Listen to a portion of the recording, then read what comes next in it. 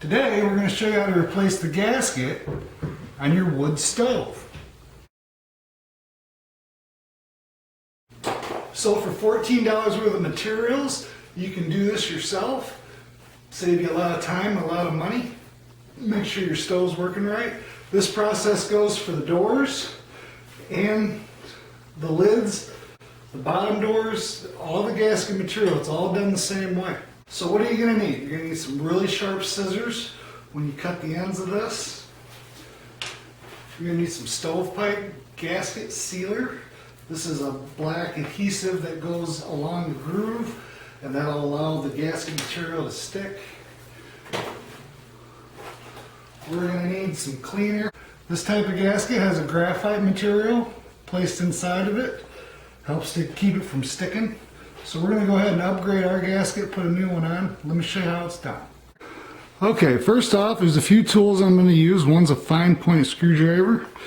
The other is a nylon scraper. And I got a little T-handle hexagon tool that'll fit the groove.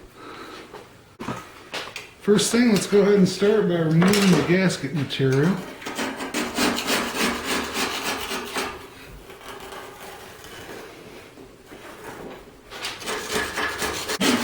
So I'm using a tool that fits right into the groove.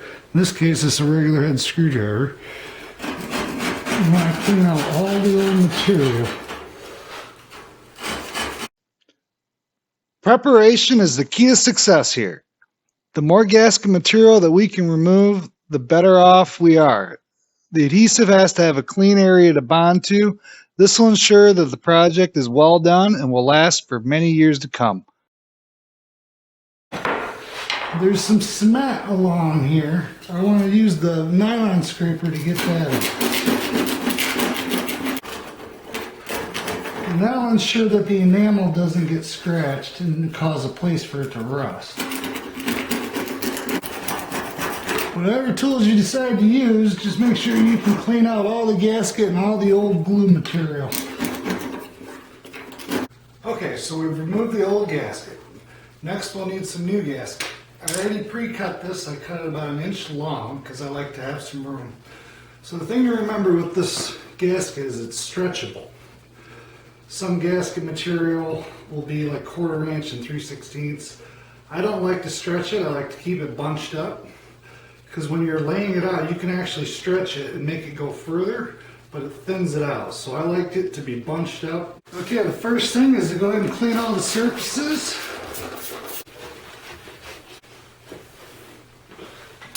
Now let's fit the gasket. I like to put my seam back here behind the hinge. So you'll notice when you cut this material, it tends to get frail. So what I do is trim it up.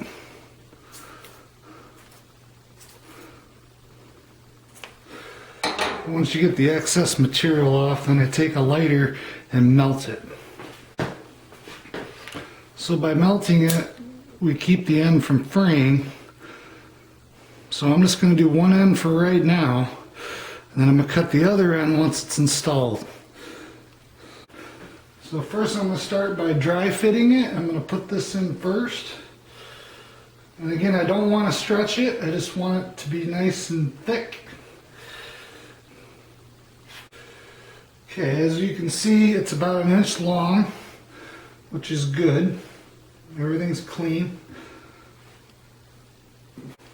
So next we'll go ahead and put the cement in. Okay, so first I'll take a damp cloth and get the groove wet with water.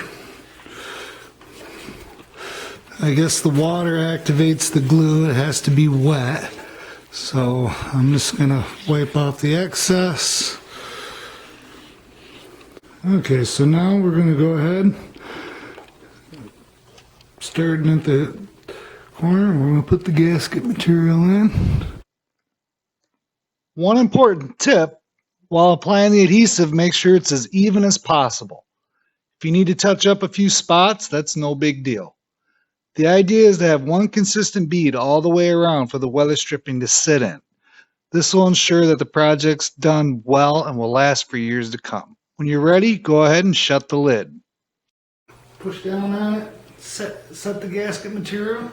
I'm just going to let that sit for a few hours and let that dry. Then we're going to start a fire, heat it up to temperature. It's going to activate the cement, bind it into place, and we got a new stovepipe gasket. Thanks for watching, everybody. Next time you want to change a gasket on your wood stove, you'll know that it takes about 20 minutes of your time and about $14 out of your pocket if you do it yourself. Thanks for watching. If you like what you see, please subscribe, leave a message, and we'll see you next time.